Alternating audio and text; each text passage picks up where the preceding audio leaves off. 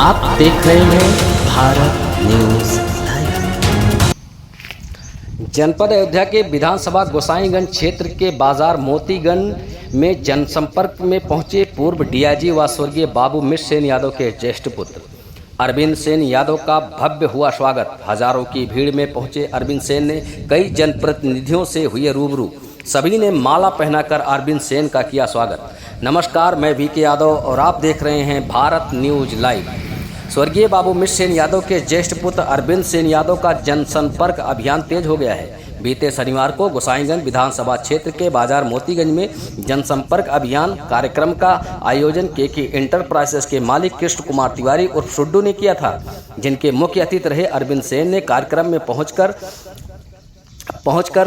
कई जनप्रतिनिधियों से रूबरू हुए तथा मंच के माध्यम से अपने ऊपर लगे आरोपों को असत्य व राजनीतिक षड्यंत्र बता दे कि बीते शनिवार को इसी बाजार में अरविंद सेन का 2 कार्यक्रम लगा था। एक के आयोजक कृष्ण कुमार तिवारी तो दूसरे के आयोजक संतोष यादव उर्फ पीताम्बर सेन थे।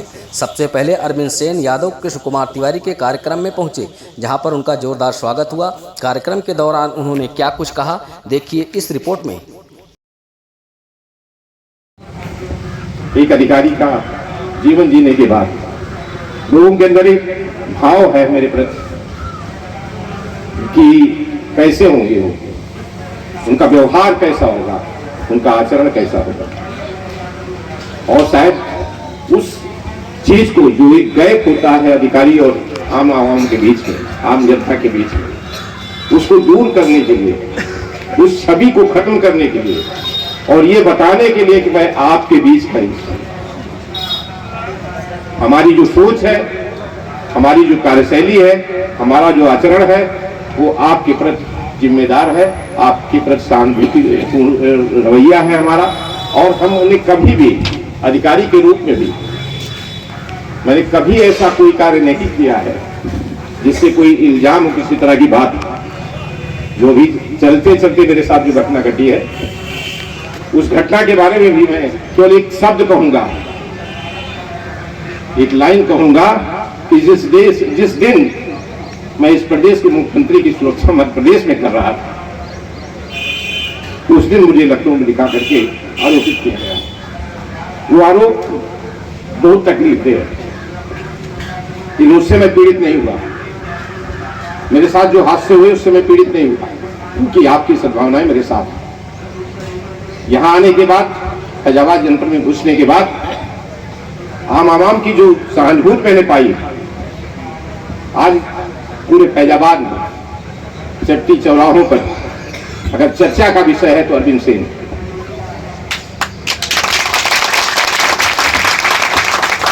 उसका राजनीतिक स्वरूप क्या होगा, कौन सा झंडा होगा, कौन सी झंडा बरदारी होगी, कौन सा स्टेज होगा, कौन सा माइक होगा, उसका रंग क्या होगा, उसका रूप क्या होगा, वो हमने निर्धारित नहीं किया।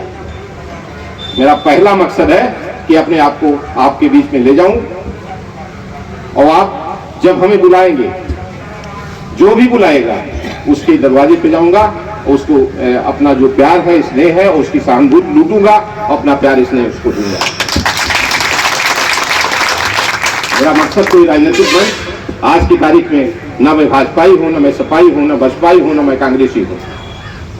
जब जो स्वरूप हमको मिलेगा और तात्कालिक तौर पे जो राजनीतिक समीकरण बनेगा, अगर उसमें मुझे कोई मौका मिला तो मैं उस समय आपके बीच में आऊंगा। एक जो सामाजिक विद्वेष का स्वरूप राजनीतिक होता जा रहा है, या राजनीति के नाते जो सामाजिक विद्वेष है, या सामाजिक विद्वेष के चलते जो राजनीतिक विद्वेष है, उसके संदर्भ में मैं केवल इतना कहना चाहता हूं कि जब आप गांव के प्रधान की लड़ाई लड़ो तो अपने हित को देखते हुए आप तय करिए, अपने स्वार्थ को मद्देनजर रखते हुए आप तय करिए। लेकिन जब आप बड़े स्तर पे जाओ, विधायक के स्तर पे जाओ, प्रमुख के स्तर पे जाओ, जब आप सांसद के स्तर पे जाओ, तो आप अपने व्यक्तिगत मतभेदों को, अपने व्यक्तिगत लड़ाइयों को, अपने स्वार्थ को छोड़ करके उस इंसान को अपना प्रतिनिधि चुनो, अपना मुखिया, अपना अगुआ, अपना खैरख्वाह चुनिए, जो आपके बीच का हो, आपकी बात को सुनता हो, आपकी बात को ऊपर पहुंचा सकता हो, जिसके अंदर इतनी क्षमता हो कि वो आपके काम को प्रशासनिक अफसरों से कहने की हिम्मत रखता है।